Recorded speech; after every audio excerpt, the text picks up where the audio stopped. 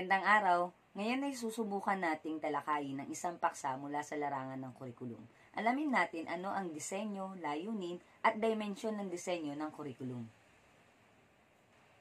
Una na, para sa disenyo ng kurikulum. Pag sinabi nating disenyo ng kurikulum, isa itong termino na kung saan ito yung madalas na ginagamit na para sa paglalarawan ng ito ay may tiyak na layunin o may tiyak na pagsasadya para sa isang tiyak na sistematikong organisasyon.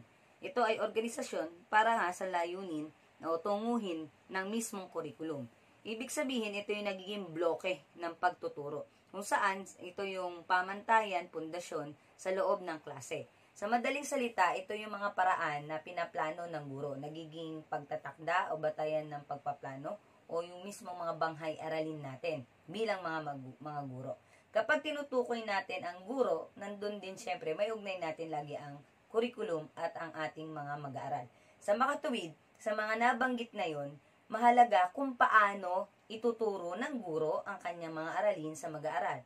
Paano dapat matutunan o malinang ng mga mag-aaral ang ituturong paksa ng guro. Kaya napakahalaga ng ating kurikulum. Sino ba ang gagawa ng kurikulum?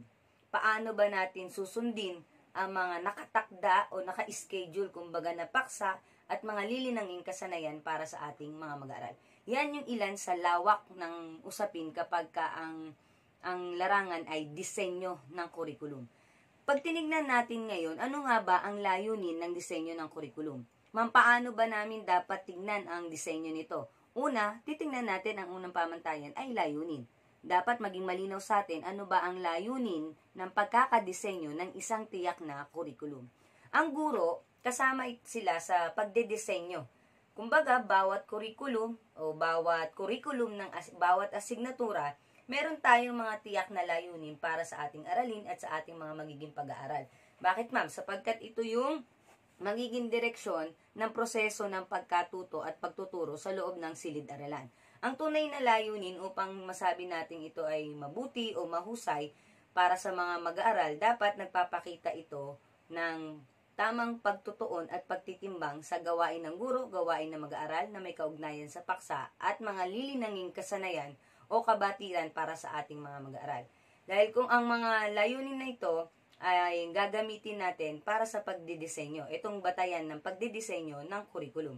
Halimbawa, ang pagdidisenyo ng kurikulum para sa mga mag-aaral sa gitnang paaralan na may parehong kurikula sa elementarya at mataas na paaralan, ay tumutulong ito para magkaroon ng pagtitiyak ng layunin kung ano ang mga nakahanay na paksa. Ano ba ang dapat o akma, angkop na mga aralin at kasanayan na lilinangin para sa partikular na yugto o kaya kabanata ng isang asignatura.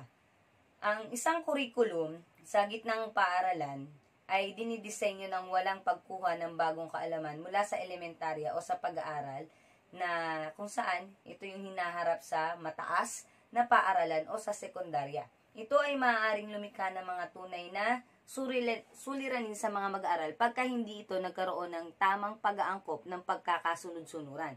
Ano ba yung mga nilinang o dapat na maging paunang paglinang bilang pundasyon sa mababang paaralan sa elementarya? Dahil yung mga kakailanganing nalinang na kasanayan at kabatiran sa mga mag-aaral sa elementarya ay kakasangkapanin ng mga mag-aaral pagdating sa mataas na paaralan o sa sekundarya sa high school. Kaya magkakaroon ng suliranin pag hindi naiangkop yung pagkakasunod-sunod na mga dapat na malinang na kasanayan sa ating mag-aaral.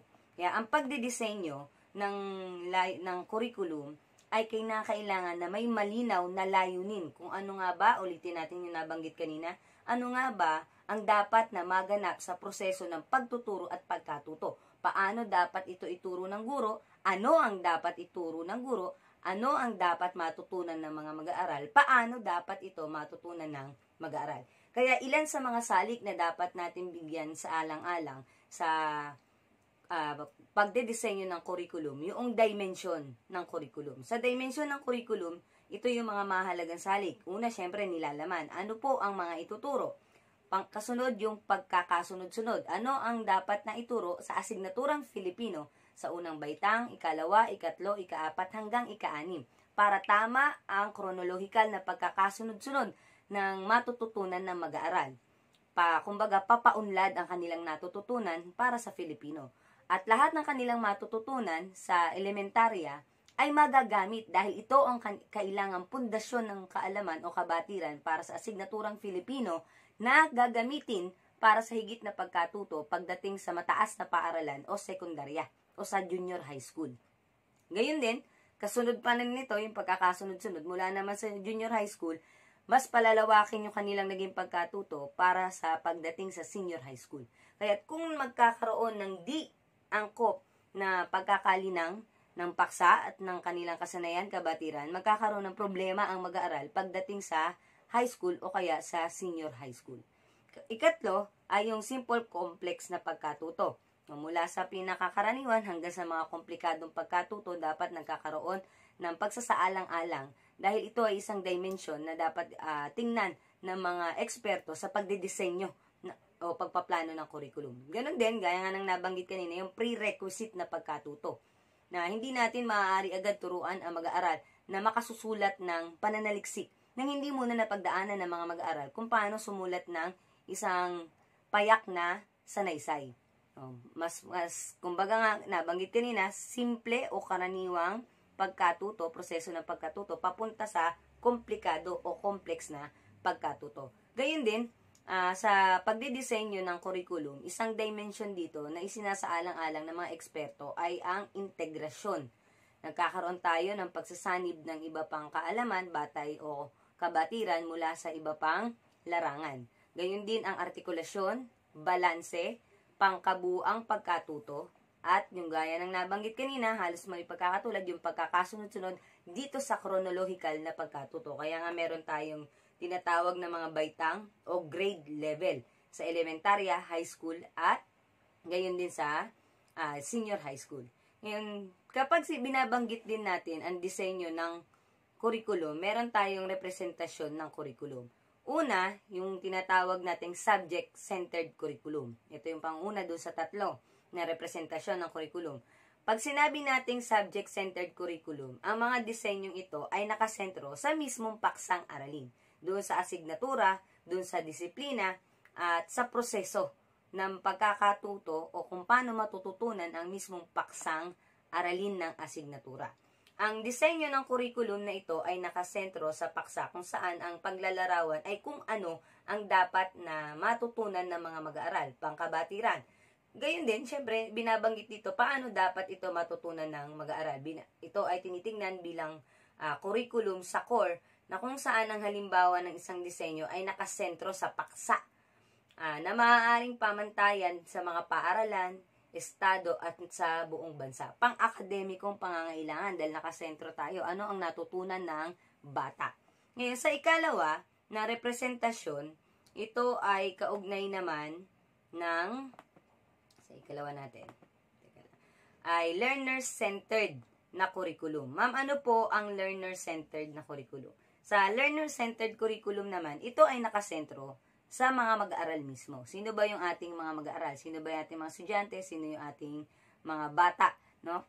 Tinitingnan natin dito, ano ba ang kanilang karanasan sa pagkatuto? Doon tayo nakasentro.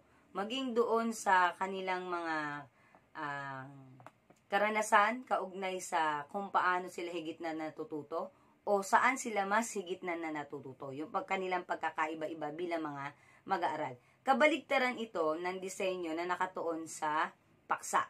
Dito tinitingnan natin ang kanilang pangangailangan. Kaya nga kanina binanggit natin, ano ba ang pagkakaiba-iba ng mga mag-aaral o yung tinatawag natin sa English na individual differences. Batay sa kanilang interes, nagkakaroon na yun ng variasyon sa layunin ng pagkatuto o yung proseso na isasagawa para matuto. May mga mag-aaral tayo na mas natututo kapag nakikinig o may napapakinggan. May mga mag-aaral tayo na mas natututo kapag nagsusulat. May mag-aaral tayo na mas natututo na kailangan isinasagawa yung may pagganap o demonstrasyon para sila ay higit na matuto. Ito, sa bawat individual na pagkakaiba ng ating mga mag-aaral, nagkakaroon tayo ng pagkilala sa kanila. Kaya ang sentro ay ang mag-aaral. Hindi sila pare-pareho, kaya magkakaroon din ng pagkakaiba-iba sa pangangailangan na kailangan isaalang-alang ng guro sa pagdedesenyo ng kanyang banghay aralin.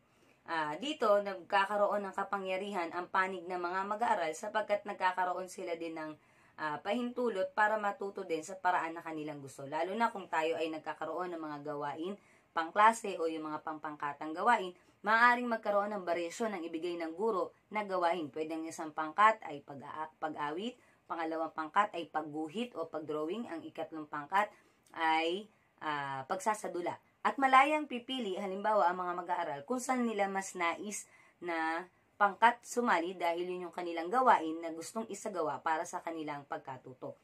Kaya dito, ito yung halimbawa ng pagpaplano o pagdedesenyo ng curriculum na isinasaalang-alang natin, ang sentro ay ang mga mag-aaral kung saan sila higit na matututo. Ang kasunod naman natin, ang ikatlong representasyon ng curriculum ay yung tinatawag nating problem-centered na disenyo. Ito yung curriculum na nakasentro sa suliranin. Ibig sabihin, nakatuon ang ganitong curriculum sa pagtingin, pagkilala ng mga puwang o gap batay sa buhay na kalagayan o kaganapan sa buhay ng mga mag-aaral. Ano-ano nga ba ang nagiging suliranin?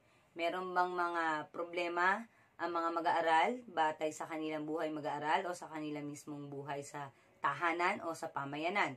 Nakasentro ito sa pag-aaral, gayon din nakatuon ito sa buhay ng mag-aaral.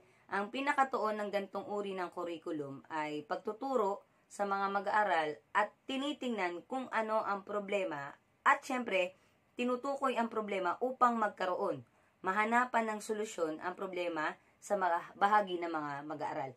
Kung ganon, tinitingnan dito, inilalantad dito sa sentro ng curriculum na ito, ang kasanayan na mailipat sa tunay na mundo ang pagtulong para sa solusyon sa mga suliranin ng ating mga mag-aaral. Pwede nga suliranin din sa bahagi ng mag-aaral ay pangkapaligiran na may kinalaman sa kanilang pagkatuto o pag-aaral. Ang disenyo ng curriculum na nakasentro sa problema ay nagdaragdag ng kaugnayan ng curriculum at nagpapahintulot sa mga mag-aaral na maging malikhain sa pagbabago habang pinag-aaralan. Habang nag-aaral sila, habang nasa paaralan sila, ano ba ang mga pangangailangan o ano ba ang mga kulang na dapat masolusyonan ng guro o ng paaralan. Minsan, ang kahinaan sa ganitong paraan ng disenyo ng curriculum ay hindi palagi ang kinukuha ang estilo ng pag-aaral sa pagsasaalang-alang ng pagkatuto. Dahil lang tinitingnan natin dito yung pagtulong at ano ang pangangailangan na dapat maibigay sa ating mga mag-aaral. Yan yung pinaka-tuon naman ng ikatlong representasyon. At kung babalikan po natin, meron tayong tatlong representasyon ng curriculum. Ang subject-centered na curriculum, ang ikalawa ay ang learner-centered curriculum, at ang ikatlo ay ang problem-centered curriculum. Nawa ay may naunawaan kayo dito sa ating talakayan sa Filipino. Tara, usap tayo.